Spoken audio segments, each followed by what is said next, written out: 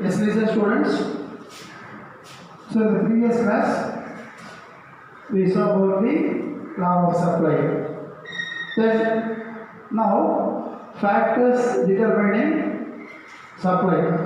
The level of supply determined by the following factors.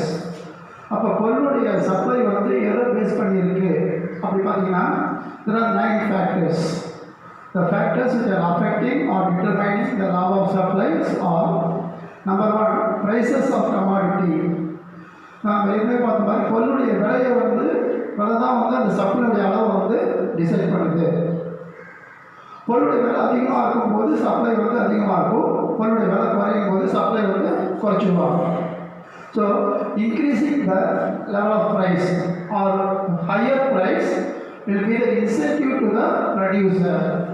அப்போ ப்ரொடியூசருக்கு எது ஊக்காளிக்கிறது பார்த்தீங்கன்னா அந்த பொருளுடைய விலை அதிகமாக அந்த ப்ரொடியூசர் வந்து மோட்டிவேட் ஆகி அது மூலமாக பொருளை வந்து அதிகமாக வந்து உற்பத்தி பண்ணுவாங்க.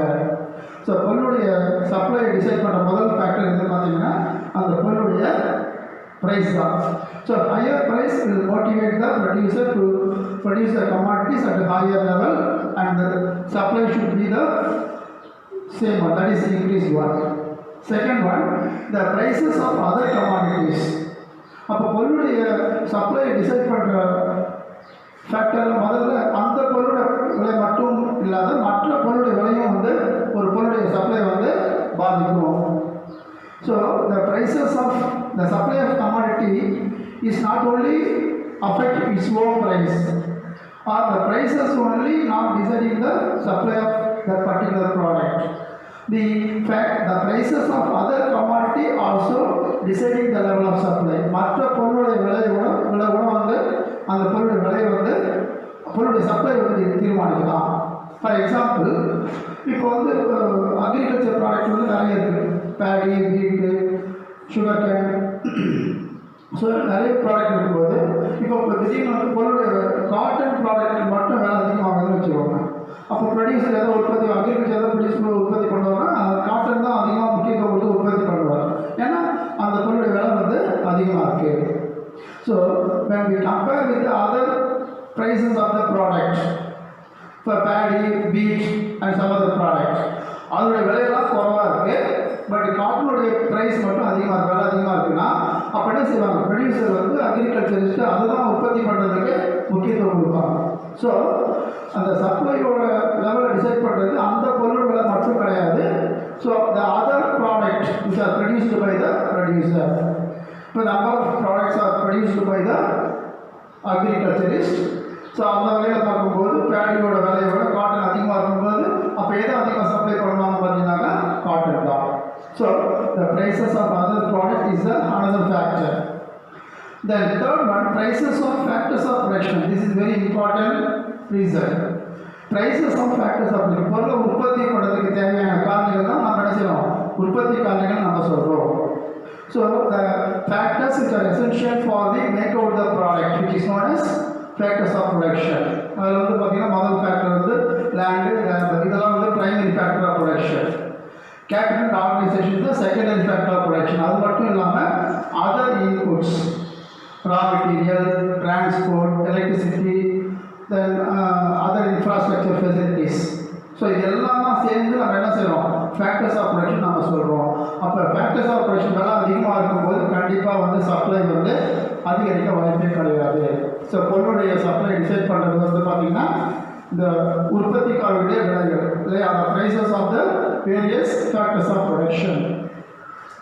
தென் price expectations. So next factor வந்து பார்த்திங்கன்னா பொருளுடைய விலை வந்து ஃப்யூச்சரில் எப்படி இருக்கும் அதை பேஸ் பண்ணி இப்போ இருக்கக்கூடிய ப்ரெசன்ட் கன்சம்ஷன், ப்ரெசன்ட் சப்ளை வந்து பாதிப்பு ஏற்படும்.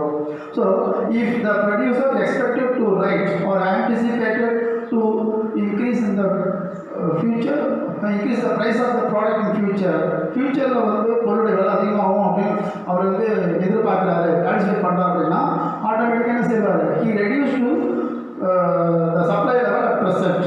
அதாவது ப்ரெசன்ட் சப்ளை வந்து ரெடியூஸ் பண்ணிட்டு ப்ராடக்டை வந்து ரீட்டைல் பண்ணி ஃபியூச்சரில் வந்து பொருளை வந்து அதிக விலைக்கு விற்கிறதுக்கு தான் அவர் பார்ப்பார். இல்லையா?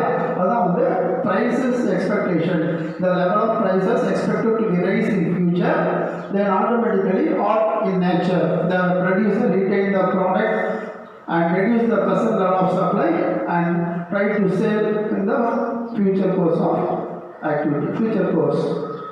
So that is another reason, price of the price expectation of the future level. Then technology. So technology is a very important reason or factor which affect the law of supply. So if the producer used the advanced technology or the innovative method of production, that it will be increasing the level of production as well as the quality of the product. Once the quality increased, the level of production increase means cost of production comes down. நம்ம என்ன பார்த்துக்கோ, பொருளுடைய உற்பத்தி அதிகரிக்க உற்பத்தி செலவு வந்து குறையும் நம்ம சொல்லியிருக்கோம். ஸோ அதனால் அட்வான்ஸ்டு டெக்னாலஜி யூஸ் பண்ணி, அதாவது லேட்டஸ்ட் மிஷின்ஸ் எல்லாம் யூஸ் பண்ணி பொருளை உற்பத்தி பண்ணுறாங்கன்னும் போது அப்போ ப்ரொடக்ஷனும் இன்க்ரீஸ் ஆகும், குவாலிட்டி இன்க்ரீஸ் ஆகும். அப்போ ஆட்டோமேட்டிக்காக நம்ம பொருளுடைய சப்ளை வந்து இன்க்ரீஸ் ஆகும். அதர்வைஸ் ட்ரெடிஷ்னல் மெத்தட்ஸ், அதாவது பழைய மெத்தடை பயன்படுத்தி பொருளை உற்பத்தி பண்ணுறாங்க அப்படின்னா பொருளுடைய தரமும் கம்மியாக இருக்கும், உற்பத்தியும் வந்து குறைவாக இருக்கும். So the two methods, two alternatives, that is traditional method and the latest method. So when using the latest method of production, it will be increase both the quality as well as the production supply also increased. Other hand, the traditional method followed means the quality as well as the production level not increased, so that the supply will be declined or decreases. Then natural factors, that is a very important factor. ஒரு பொருளுடைய உற்பத்தியை தீர்மானிக்கிறத வந்து முக்கியமான காரணம் சொல்லும்போது எதை சொல்லணும் அப்படின்னா natural calamities, natural factors. It's playing a very important role or vital role in supplying of quantities, especially in the agriculture. குறிப்பாக சொல்லும்போது agriculture இருக்கக்கூடிய monsoon and other climatic conditions affect the level of supply of commodities.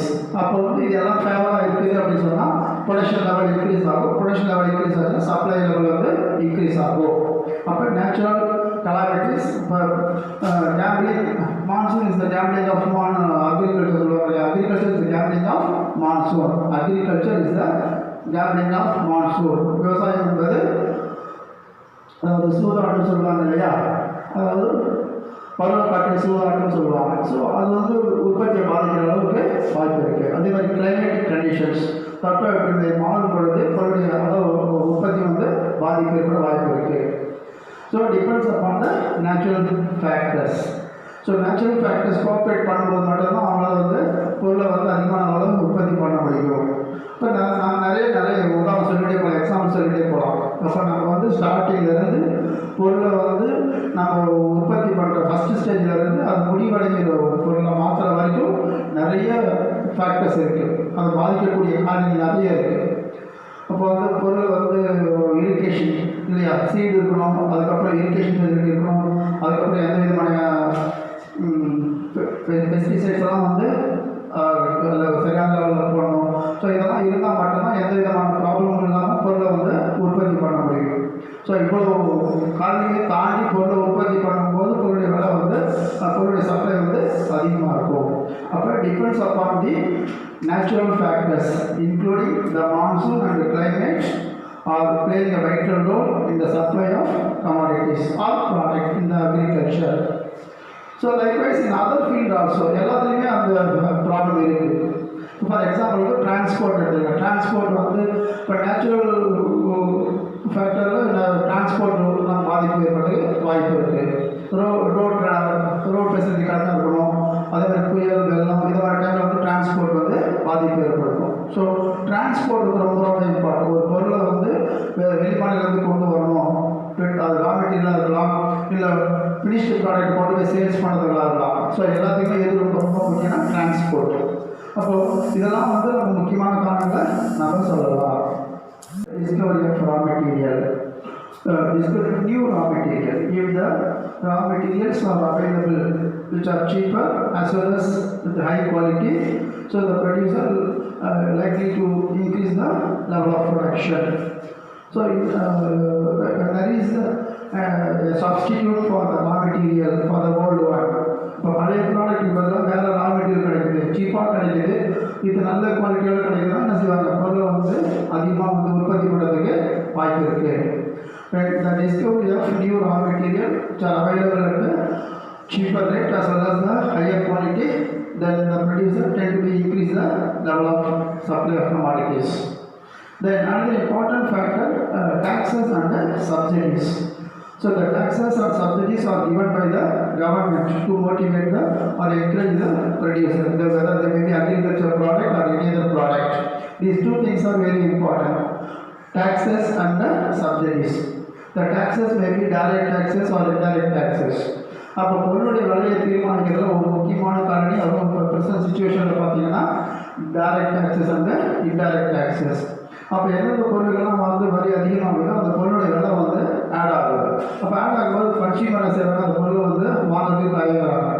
So the consumer are hesitate to buy the product when the price of the product are increased due to the level of increasing of taxes. இப்போ வந்து ஒரு direct tax ஆகணும், indirect டேக்ஸஸ்னால் வரலாம்.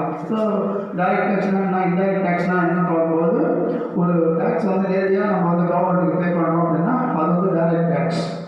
இன்னொன்று வந்து பார்த்தீங்கன்னா indirect tax, அது மறைமுகமாக நம்ம செலுத்துகிறோம். ஃபார் எக்ஸாம்பிள் சேல்ஸ் டேக்ஸ் எடுத்துக்கோங்க. சேல்ஸ் டேக்ஸ் வந்து ஒரு இன்டைரக்ட் டேக்ஸ். நம்ம நேரடியாக வந்து நம்ம அந்த டேக்ஸ் வந்து கவர்மெண்ட்டு கட்டுறது கிடையாது. அதை என்ன செய்யறோம், பொருளை யார் விற்பனை பண்ணாங்களோ அவங்களுக்கு நம்ம பே பண்ணிடுறோம், அவங்க வந்து கவர்மெண்ட்டுக்கு பே பண்ணிடுறாங்க. அதெல்லாம் வந்து இன்டைரக்ட் டேக்ஸஸில் வரும். ஸோ இந்த டைரக்ட் டேக்ஸ் இன்டைரக்ட் டேக்ஸ் வந்து செப்பரேட் சாப்டர் இருக்குது, அப்போ நம்ம அதை டீட்டெயிலாக டிஸ்கஸ் பண்ணலாம். புரியுதா? So depends upon the level of taxes imposed by the government on various product. இப்போ நம்ம ஜிஎஸ்டி கூட நிறைய சொல்லியிருக்கிறாங்க. ஒவ்வொரு ப்ராடக்ட்டுக்கு வந்த மாதிரி அந்த ஜிஎஸ்டியோட ரேட் வந்து இன்க்ரீஸ் பண்ணியிருக்கிறாங்க. எல்லாரும் ஒரே மாதிரி டேக்ஸ் கிடையாது. Depends upon the importance of the commodity or the product. So அப்போ டேக்ஸ் வந்து ரொம்ப ரொம்ப important. The role playing of level of taxes increasing the supply of commodity. இன்னும் சில வந்து பார்த்தீங்கன்னா சிறப்பு பொருளாதார மாடல் சொல்லுவாங்க, ஸ்பெஷல் எக்கனாமிக் ஜோன். ஸோ அந்த இடத்துல உற்பத்தி பண்ணுற பொருள் எல்லாமே வந்து பார்த்தீங்கன்னாக்கா அதாவது டேக்ஸ் ஃப்ரீ சொல்லுவாங்க. அப்போ எந்த விதமான டேக்ஸும் பொருளுக்கு போட மாட்டாங்க. அப்போ அந்த பொருள்லாம் வந்து சீப்பான விலையில் கிடைக்கும். ஸோ சிறப்பு பொருளாதார ஸ்பெஷல் எக்கனாமிக் ஜோன். ஸோ அதே மாதிரி நிறைய எக்ஸாம்பிள் சொல்லிகிட்டே போகலாம். அப்போ ஒரு பொருளுடைய சப்ளை டிசைட் பண்ணுறது முக்கியமான காரணிகள் வந்து the taxes which are imposing by the government. அதில் நிறைய சொல்லிட்டே போகலாம். சிஜிஎஸ்டி, எஸ்ஜிஎஸ்டி, அதாவது ஸ்டேட் கவர்மெண்ட் சேல்ஸ் டேக்ஸு, அதுக்கப்புறம் அந்த சென்ட்ரல் கவர்மெண்ட் சேல்ஸ் டேக்ஸு, அதனால வந்து நிறைய சொல்லிட்டே போகலாம். அது அப்புறம் பார்க்கலாம்.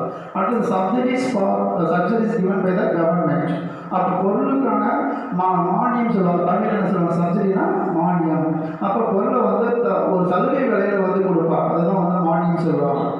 அப்போ கவர்மெண்ட் வந்து சப்சிடி கொடுக்குறாங்க அப்படின்னா அப்போ வந்து அந்த பொருளுக்கான உற்பத்தி வந்து அதிகரிக்க வாய்ப்பு இருக்குது. அப்போ அந்த சப்சிடின்றது இன்புட்டாக இருக்கலாம், இல்லை கிரெடிட்டாக இருக்கலாம், இல்லை வந்து பவர் சப்ளை இருக்கலாம், எதுக்கு வேணாலும் வந்து அந்த சப்சிடி வந்து கொடுக்கலாம். அப்போ சப்சிடிஸ் கொடுக்கும் பொழுது பொருளுடைய உற்பத்தி வந்து அதிகரிக்கும்.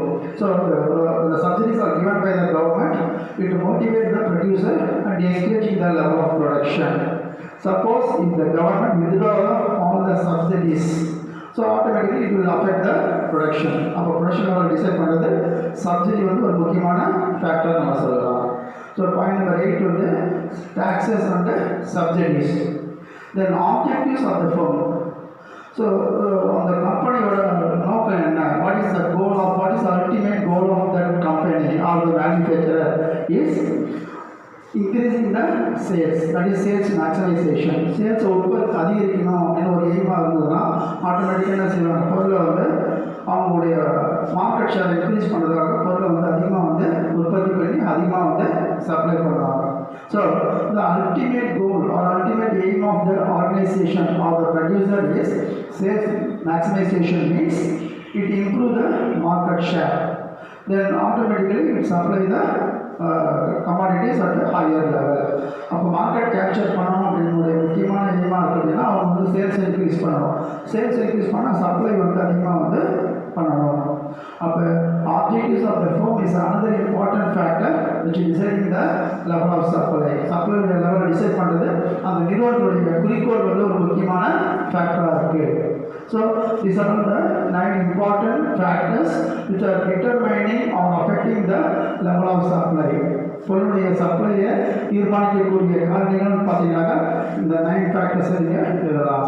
ஒன்று வந்து prices of commodity, that particular product, அந்த பர்டிகுலர் ப்ராடக்ட் நம்ம சொல்லும்போது அதை கமாடிட்டி சொல்லலாம், ப்ராடக்ட் நம்ம சொல்லலாம். புரியுதா? So prices of the product or prices of the commodities, then prices of other commodities, prices of the factors of production, price expectation at the future, and technology level what we are using in the production process. Then natural factors another important reason. Then discovery of new raw material, taxes and subsidies given by the government, objectives of the food. So these are the 9 factors which deciding the level of supply. அந்த சப்ளையோட level அதிகமாக குறையுது அப்படின்னாக்கா இந்த 9 காரணிகள் தான் வந்து முக்கியம். இதெல்லாம் இல்லாமல் நிறைய ஃபேக்டர்ஸ் இருக்கு. இருந்தாலும் the most important factors which are deciding the level of supplies are these 9 factors.